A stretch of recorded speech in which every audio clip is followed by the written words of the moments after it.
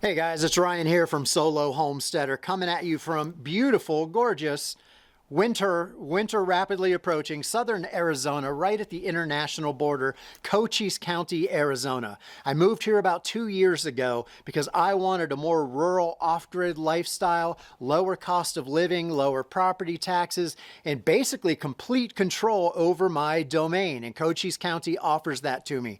So if you're thinking that you would like to live off grid, or at least just get more rural, get to a more relaxed setting where you can just build your ideal lifestyle, then this video is for you. Because in my research and in my talking with neighbors and other people who are going through this journey and other YouTubers, there are 5 huge mistakes that if you don't avoid them can drain your wallet potentially of hundreds of thousands of dollars. And you generally only get one shot to do it right. You know, if you buy the wrong piece of land or have the wrong setup, undoing that and finding another parcel, not easy, especially if you've already started, building it out like I have. I'm 2 years into my build, and yes, I make lots of small mistakes, but so far, by doing thorough research, I've avoided some of the biggest ones. So this video is the 5 biggest pitfalls you really got to avoid, so you don't blow up your dream. One other thing, I've got a tip number 6 at the end, so watch till the end. Another thing is I don't monetize these videos until 2 or 3 weeks have gone by. So by subscribing and hitting the notification bell, you'll get the videos before there's ads on them. And if you're anything like me, you probably hate ads. So I would highly recommend you subscribe now so you can watch all my future videos ad-free.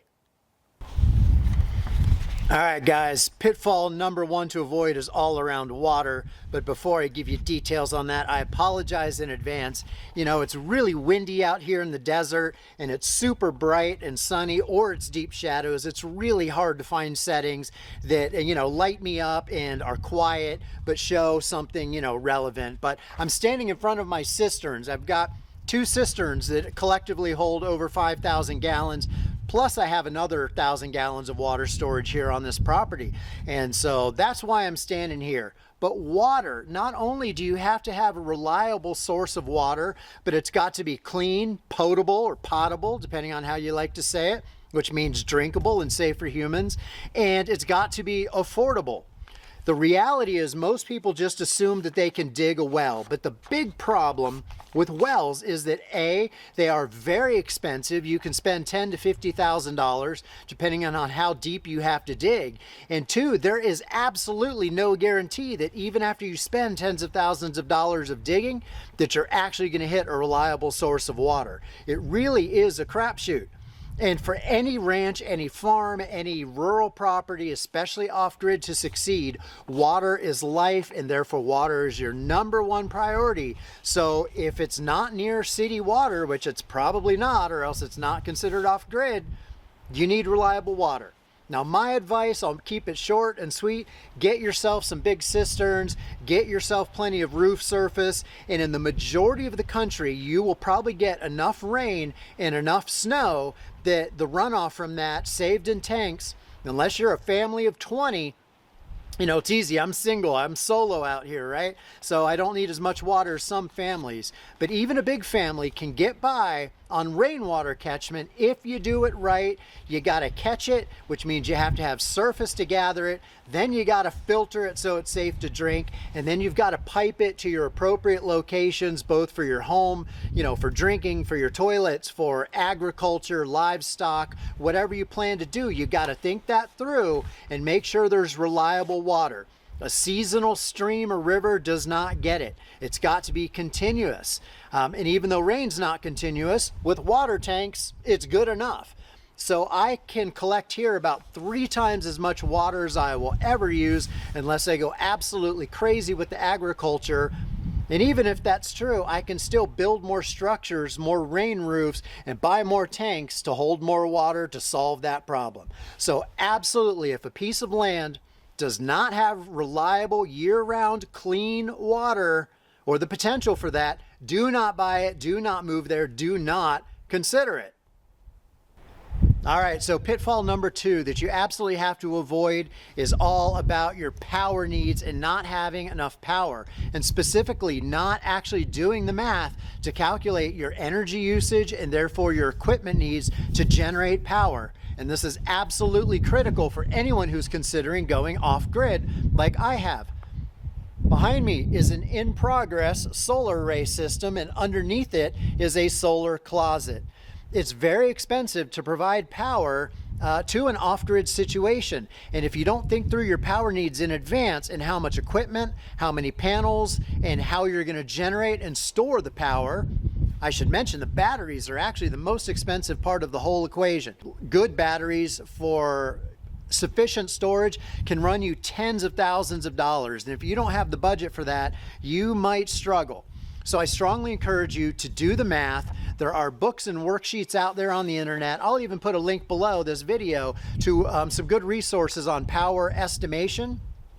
But you have to do that math. Then you have to figure out if you have the financial resources to invest in the infrastructure and have the willpower to build it out yourself, to build things like solar arrays and solar closets, potentially multiple independent solar systems too, if you're a power hog like I am. So pitfall number 2 is not doing the math to figure out your power needs and then figure out financially if you can actually afford to generate power at your off-grid or rural homestead. That's a huge one. Don't overlook it. All right, pitfall number 3, coming at you from inside now, out of the wind and the cold, which is nice, is around zoning and not being aware of if the zoning for whatever parcel you're considering actually supports the type of off-grid lifestyle that you really want. In other words, if you want to do a lot of agriculture and farming, does the zoning support that? If you want to build an adobe or rammed earth house or something unusual like an earthship or a tiny home, I'm doing all kinds of unusual structures on my property here, but fortunately my zoning here in Cochise County does allow for that with the right kind of opt-out, what they call an opt-out permit.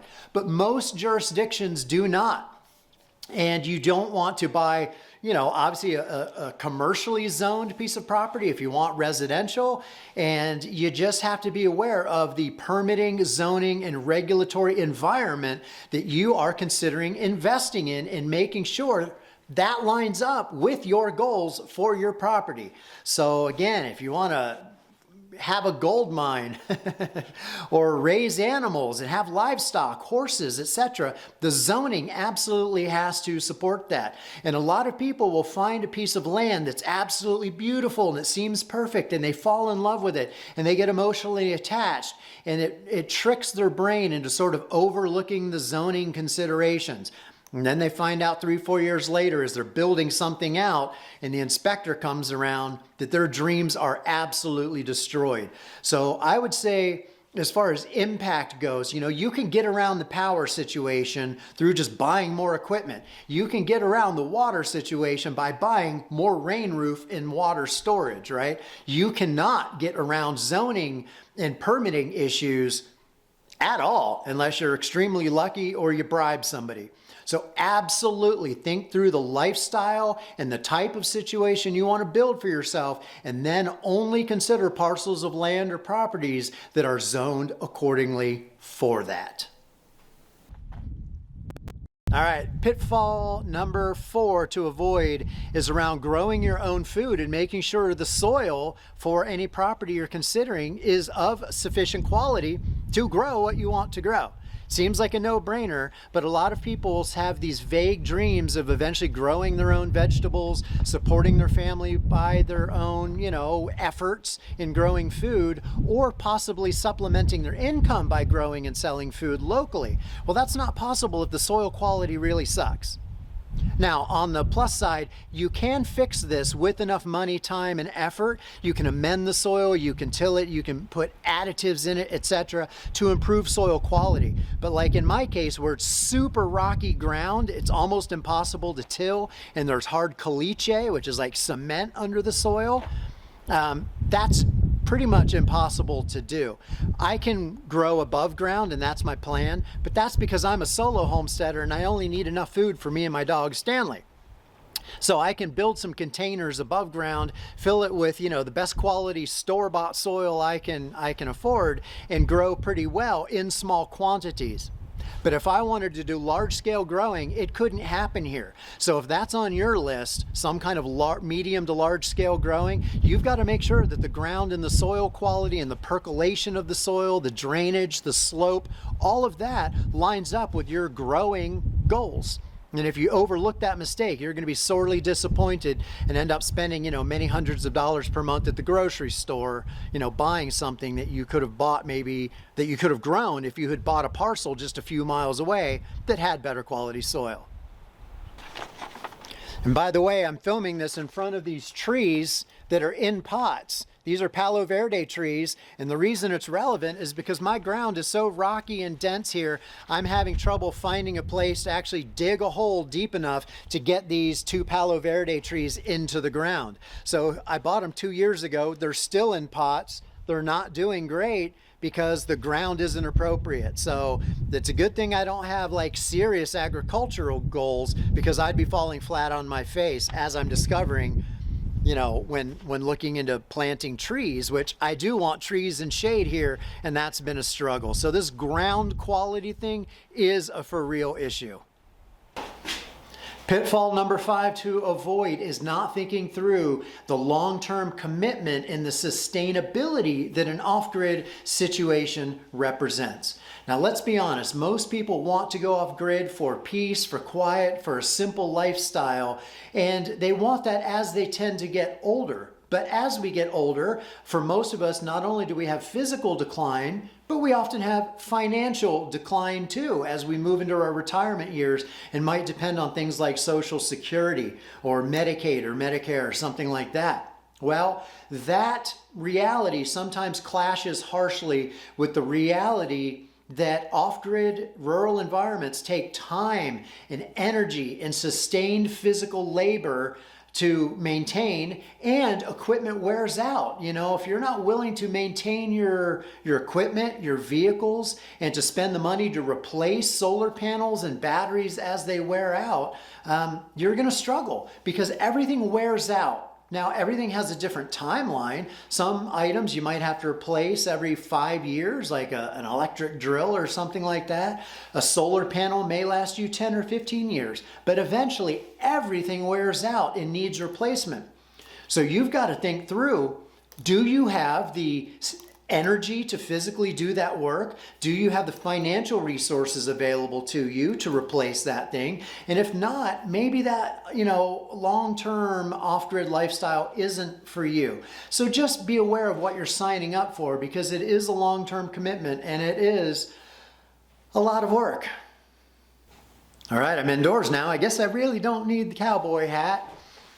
Tip number 6. Pitfall number 6 to avoid, and I think for a lot of people this is the number one that they don't even think it through or realize it, but it's about choosing your neighbors.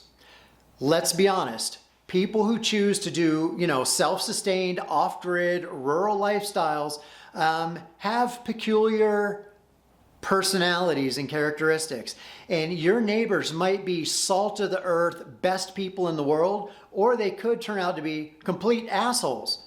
And let's be honest, neighbors absolutely can make or break a situation. So you've got to put in a little effort to figure out the vibe and the attitude of your neighbors. And now I did it here. I just talked to everybody. I asked around. I even asked neighbors, are there any people around that I need to be aware of, like weary of or wary of? And I was told, yeah, there's somebody, Now that hasn't been an issue for me because that somebody is far away, and everybody else is totally awesome. But I do know that there are neighbor disputes, and from my participation in Facebook groups talking with other off-grid homesteaders, sometimes they have a beautiful situation except for one neighbor who is a nightmare to deal with, and it makes them give up on their parcel or on their dream. So good neighbors can make a situation.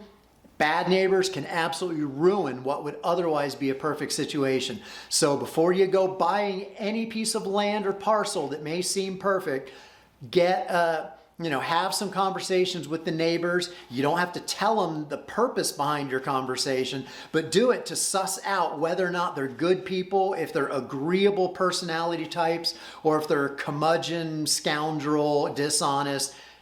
angry jerks, because if they are, they can make your life hell, especially if they've been there for a long time. You know, some of my neighbors have been here 30, 40 years and they know everyone in town. They know the sheriff. They're in tight. And if they wanted to make my life a living hell, they could probably figure out a way to do it.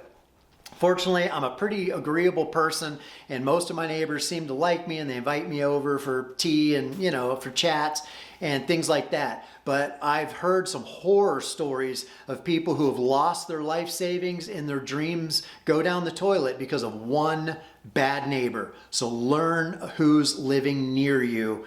It's really, really important.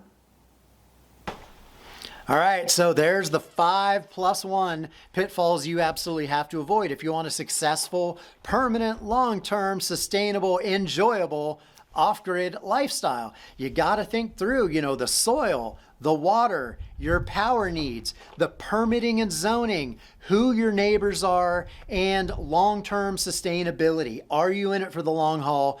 Are you going to have the resources and the stamina to replace and maintain equipment? It is expensive living a simple life in some cases. So there's the pitfalls you need to avoid. I hope they really help you. Make sure you like, subscribe. If you want an ad-free experience, turn on notifications so you can see my videos right when they come out because they're ad-free. And if you have anything you'd like to add to that list, put them in the comments below. Help other people out. Thanks for watching. Have a great week. Have a great life. And I'll see you off-grid, hopefully.